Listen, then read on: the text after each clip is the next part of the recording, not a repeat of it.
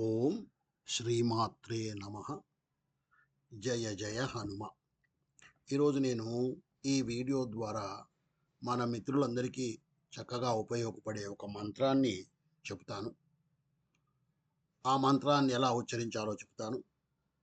ఆ మంత్రం చేసుకోవడం వల్ల, ఆ మంత్ర జపం చేయటం వల్ల హనుమంతుడి యొక్క అనుగ్రహం వలన సకల కార్యసిద్ధి కలుగుతుంది అని చెప్పి మన శాస్త్రాలు చెప్తున్నాయి. మనం చేయవలసిన ప్రయత్నం అంతా చేశాము. మనం ఒక పరీక్షకు వెళ్తూ ఉన్నాము. ఆ పరీక్షకు సంబంధించిన వివరాలన్నీ చదువుకున్నాము. దానికి సంబంధించినటువంటి ప్రిపరేషన్ అంతా అయిపోయి ఉంది. మనం ఇక మన యొక్క సామర్థ్యానికి తోడుగా భగవంతుడి యొక్క అనుగ్రహం కూడా కావాలని అనుకుంటున్నాము. అలాగే మనం ఏదో ఒక ఉద్యోగం కోసం వెళ్తున్నాము. మన ప్రయత్నాలన్నీ చేశాము. భగవంతుడి అనుగ్రహం కోసము మనం ప్రయత్నం చేస్తున్నాము.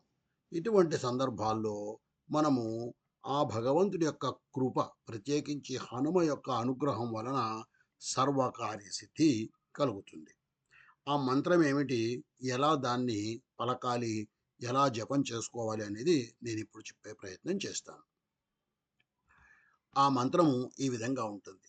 త్వమస్మిన్ కార్యనిర్యోగే ప్రమాణం హరిసత్తమ హనుమాన్ యత్నమాస్థాయ దుఃఖక్షయకరో భవ. మరి ఒకసారి చెప్తాను.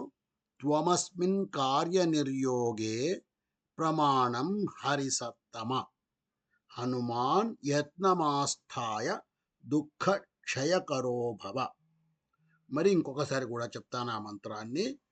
త్వమస్మిన్ కార్యనిర్యోగే ప్రమాణం హరిసత్తమ హనుమాన్ యత్నమాస్థాయ దుఃఖక్షయకరో భవ.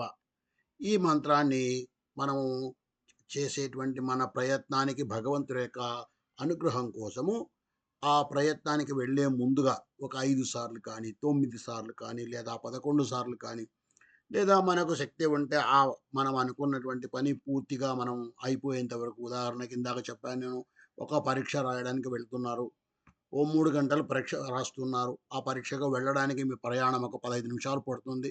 ఆ 15 నిమిషాల సేపు మనసులో ఈ హనుమను ధ్యానం చేసుకోవడం వల్ల, ఈ మంత్రాన్ని మనము ఉచ్చరించుకోవడం వల్ల తప్పక మనకు ఉన్నత ఫలితాలు కలుగుతాయి. ఆ భగవంతుడి యొక్క అనుగ్రహము, ఆ హనుమ యొక్క అనుగ్రహం వలన సకల కార్యాలు తప్పక నెరవేరుతాయి.